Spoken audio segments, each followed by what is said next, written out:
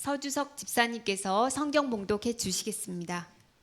오늘 우리에게 주신 하나님 말씀은 에베소서 5장 21절에서 25절입니다.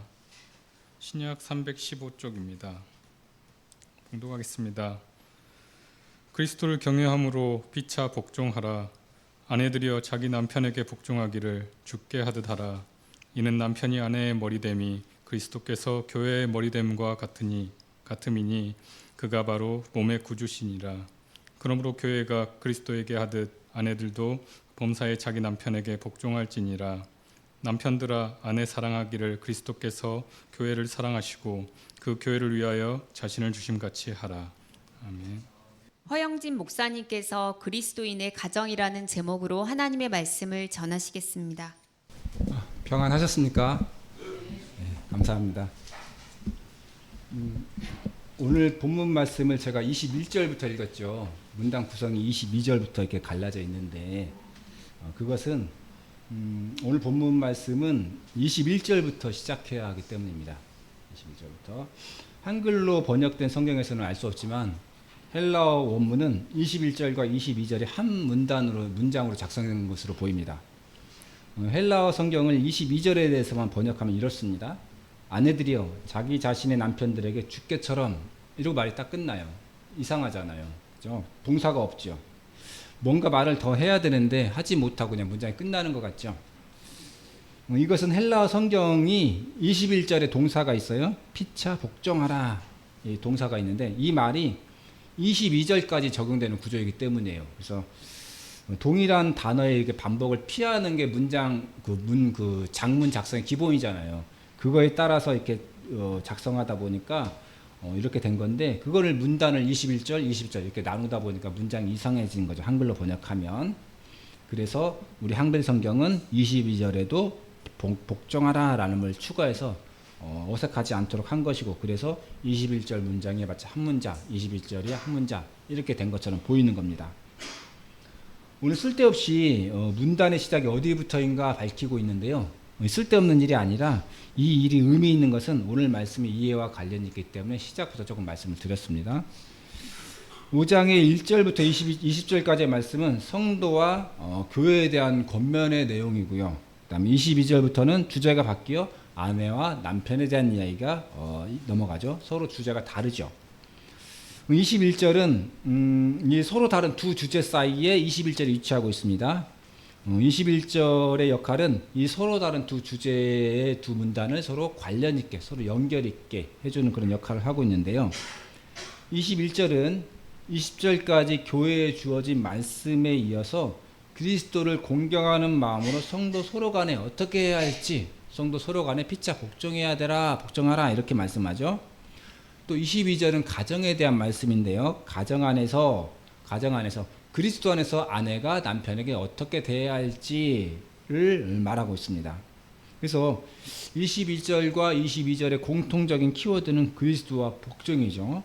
그리스도와 복종인데 그리스도와 복종이라는 이런 키워드를 통해서 20절까지 교회에 대한 말씀을 자연스럽게 22절 이하의 논증으로 자연스럽게 연결되도록 하는 것이 21절의 역할입니다.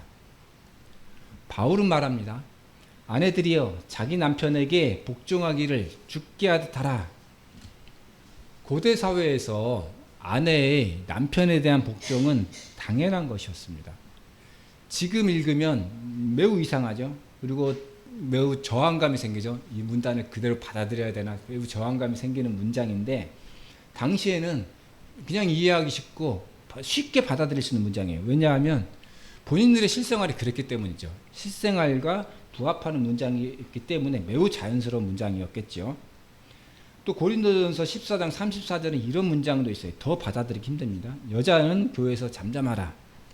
그들에게는 말하는 것을 허락함이 없나니 율법에 이른 것 같이 오직 복종할 것이요.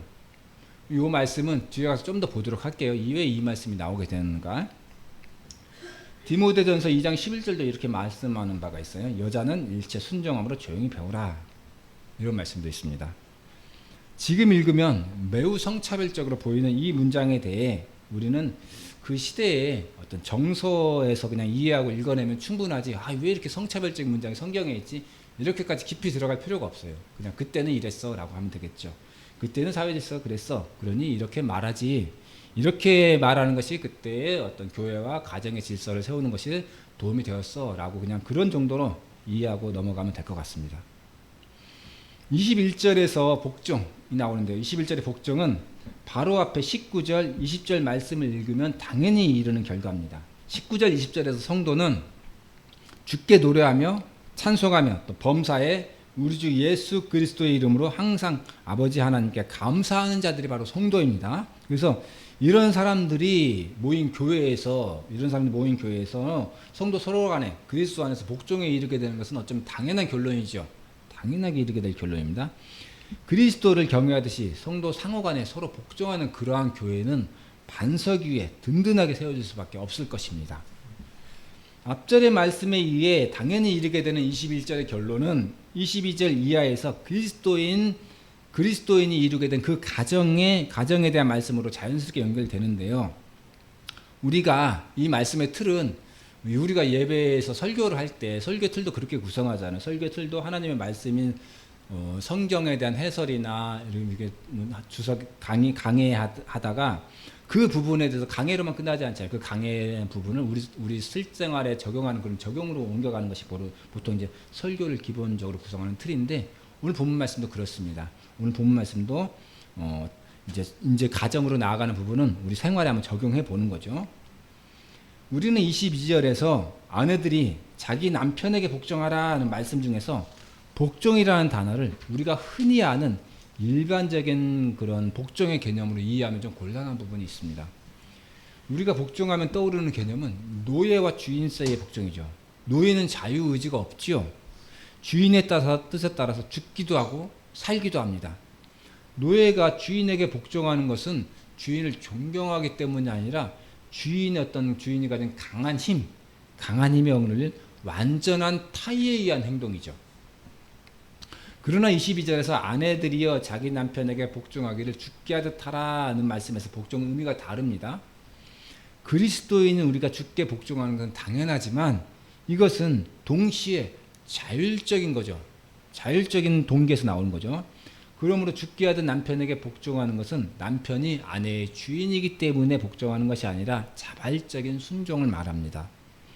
아내가 이 당시 사람들이 이렇게 생각했던 것은 아내가 남편에게 순종해야 하는 것이 하나님의 창조질서에 부합한다라고 당시 사람들은 그렇게 생각했기 때문입니다. 앞에서 헬라어 성경에서 21절에 복종하라라는 말씀이 22절에도 동사로도 22절 문장의 동사로도 함께 쓰인다고 말씀드렸습니다. 그런데 문장에서 좀 이상한 점은 21절에서 성도 서로 간에 복종하라, 피차 복종하라 라고 말했다면 22절에서도 남편과 아내는 서로 피차 복종해라 라고 하는 것이 자연스러울 겁니다. 그런데도 22절은 아내에게만 복종해라 라고 의무를 부과하고 있어요. 남편에게는 복종의 의무를 부과하지 않고 있죠. 대신에 우리 성경에서는 남편에게서는 복종의 의무 대신에 다른 의무를 부과하고 있어요. 그것이 바로 25절입니다. 남편들아, 아내 사랑하기를 그리스도께서 교회를 사랑하시고 그 교회를 위하여 자신을 주신같이 하라라고 말씀하시고 계십니다. 이와 같이 말하는 것이 어떤 의미가 있을까? 바울은 고린도전서 11장 3절에서 이렇게 말했습니다. 남자의 머리는 그리스도요, 여자의 머리는 남자요, 그리스도의 머리는 하나님이시라. 이렇게 각 순서를 정하고 있어요. 그러니까 일종의 서열 정리를 하고 있는 거죠. 서열 정리 쭉 하고 있는데 남자와 여자의 관계에 대한 당시의 인식은 창세기 말씀에서 근거합니다. 남자가 여자보다 먼저 창조되었다는 것이죠. 그래서 남자의 뼈로 여자를 창조했다는 그 말씀에서 이런 순서가 나오는 거예요. 때문에 결혼으로 남자와 여자가 한 가정을 이루었다면 그 가정 공동체에서 머리는 남자가 되어야 한다. 이렇게 정하고 있는 겁니다. 그러므로 그리스도께서 그의 백성들에게 순종을 요구하듯이 아내는 남편에게 순종해야 한다. 이것이 논리의 흐름상 이렇게 이르게 되는 결론이죠. 당시 사람들의 어떤 그런 논증 구조에서 자연스럽게 이르게 되는 결론이죠. 그렇다면 남편은 그리스도께서 아내를 사랑하시듯이, 그리스도께 교회를 사랑하시듯이 아내를 사랑함이 당연하며 그리스도께서 자기를 버려 교회를 사랑하신 것처럼 남편도 자기 아내에게 그런 의무를 부담하게 된다는 것입니다. 전체적으로 참 좋은 말씀인 것 같은데요. 의미는 참 좋죠. 의미는 참 좋지만 오늘을 사는 우리에게는 본문에 대한 저항감이 나올 수밖에 없죠. 아무리 아름답게 설명해도 복종이라는 말이 걸리기 때문입니다. 복종이라는 단어의 쓰임새를 보면 성경 속의 이 단어는 우리가 생각하는 그런 노예적인 의미의 단어가 아니구나라는 것도 있어요. 골로새서 3장 18절은 말합니다. 아내들아 남편에게 복종하라. 이는 주 안에서 마땅하니라. 본문 22절과 비슷해 보이는 문장이지만 이건 좀 다르죠. 아내들아 남편이 복종하라는 말은 주 안에서 복종하라는 거죠. 주 안에서. 이것은 남편에 대한 복종이 그리스도에 대한 신뢰관계에서 출발한다라는 거죠. 좀 같은 것 같지만 좀 다르죠. 좀 더 부드럽죠. 그리스도에 대한 신뢰에서 출발해라는 거죠. 우리가 오늘 보았던 21절의 말씀에서도 그렇습니다. 21절도 비슷하죠. 그리스도를 경외함으로 피차 복종하라. 이건 성도 상호간에 말한 것이지만 여기서 복종해야 할 의무는 쌍방간에 있는 거죠. 나도 복종하지만 너도 복종해라라는 거죠. 그래서 21절의 복종은 노예와 주인이 아니라 성도 서로 간에 깊은 신뢰와 믿음, 사랑이 전제된 상태에서 서로 섬겨라라는 의미에서 복종이죠. 그러므로 22절에서 복종해야 할 의무가 아내에게만 있다라고 기록했지만 사실상 남편에게도 의무가 부과가 될 것이다라는 거죠. 그 의무가 바로 25절인 거죠. 이 남편에게 부과되는 의무는 사실상 25절에서 복종보다 더 큰 의무를 부과하고 있어요. 남편들아 아내 사랑하기를 그리스도께서 교회를 사랑하시고 그 교회를 위하여 자신을 주심같이 하라. 그리스도께서는 교회를 사랑하셔서 자기 자신을 드리셨습니다. 자기 목숨을 버려 사랑하는 것이 그리스도의 사랑입니다. 자기 목숨을 버려서라도 아내를 사랑해야 하는 것이 남편된 자들에게 주어진 의무라고 오늘 에베소서는 말씀하십니다. 오늘 우리는 본문을 보면서 오늘 그 에베소서 말씀을 보면서 바울이나 초대교회 성도들이 아까 고린도전서 말씀 소개해드렸잖아요. 그래서 초대교회 성도들이 꽤나 가부장적인 생각을 했구나라고 생각할 수가 있죠. 그러나 바울 신학을 연구한 학자들은 전혀 그렇게 생각하고 있지 않습니다. 아까 고린도전서 11장 5절 말씀이 있었는데요. 고린도전서 11장 5절 말씀 이렇게 말씀합니다. 물은 여자로서 머리에 쓴 것을 벗고 기도나 예언을 하는 자는 그 머리를 욕되게 한 것이니 라고 하고 있는데요. 이 말씀을 읽으면 여러분 어떤 생각 드세요? 마치 여자에 대해 비하하고 있는 것처럼 들리잖아요. 여자에 대해서 행동을 제약하고 있고 여자를 비하하고 있는 것처럼 보이지만 사실 그렇지 않습니다. 여자들이 교회 예배 시간에 기도나 예언을 하려면 머리에 수건을 쓰고 하라는 것이거든요. 이 말을 보면 일정한 복장 규정을 갖추면 여자들도 기도 시간에 예언, 그때 당시에는 설교, 지금으로 부르면 설교잖아요. 여자들도 예배 시간에 설교를 할 수 있도록 했다는 겁니다. 요즘에도 어떤 교단들은 여자들이 장로가 되거나 또는 목사가 되어 강단에서 설교하는 것을 반대하고 있어요. 그들이 주장한 근거는 오늘 소개해드린 바 있는데 고린도전서 14장 34절 말씀입니다. 아까 처음에 소개해드린 말씀인데 여자는 교회에서 잠잠하라. 그들에게는 말하는 것을 허락함이 없나니 율법에 이른 것 같이 오직 복종할 것이요. 이 말씀이 그 여자들의 안수에 반대하는 교단들의 입장입니다. 그 입장이 되고 있어요. 그러나 이 말씀에 대해 바울 신학을 연구하는 학자들은 고린도전서 14장 34절 35절 이 말씀이 이제 한 세트인데 이 말씀은 바울이 쓴 것이 아니다. 바울이 쓴 것이 아니라 후대에 일정한 목적을 위해서 삽입된 문장이다라고 해석하고 있어요. 1세기 왜 그러냐면 1세기 말에 이단인 영주주의자들이 교회에 많이 들어왔어요. 그래서 그 중에서도 여자들, 영주주의자에 속한 여자들이 교회에서 상당한 정도의 문제를 막 계속 일으키는 거예요. 그렇기 때문에 이런 문제를 해결하기 위해 후대에 작성해서 삽입했다라고 보는 것이죠. 그래서 또 다른 편으로는 고린도서 14장 34절 35절 말씀을 바울이 직접 썼다라고 할 수 없는 것은 본절은 14장 전체의 문맥과도 안 맞는다. 이 전체 문장인데 생뚱맞게 이 말이 딱 나오고 있고 또 그뿐만 아니라 이 말이 바울이 직접 했다면 11장에서 바울이 직접 말했던 내용과 전혀 반대되는 말을 하고 있는 거거든요. 아까 11장 아까 5절에 그랬잖아요. 여자가 머리에 수건을 쓰고 기도하면 된다라는 그런 뜻이었잖아요.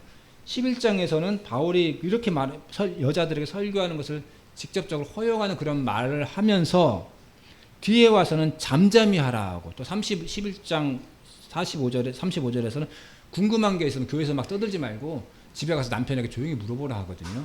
그렇게 하는 것은 바울을 전혀 신뢰할 수 없는 사도로 인식하게 할 만큼 서로 모순되는 내용이죠. 앞에서 이 말하고 뒤에서 딴 말하고 그런 거 있잖아요. 따라서 요즘 시대 일부 교단의 태도와 비교하면 바울의 여성에 대한 생각이 얼마나 전향적이었는가라는 걸 알 수가 있죠.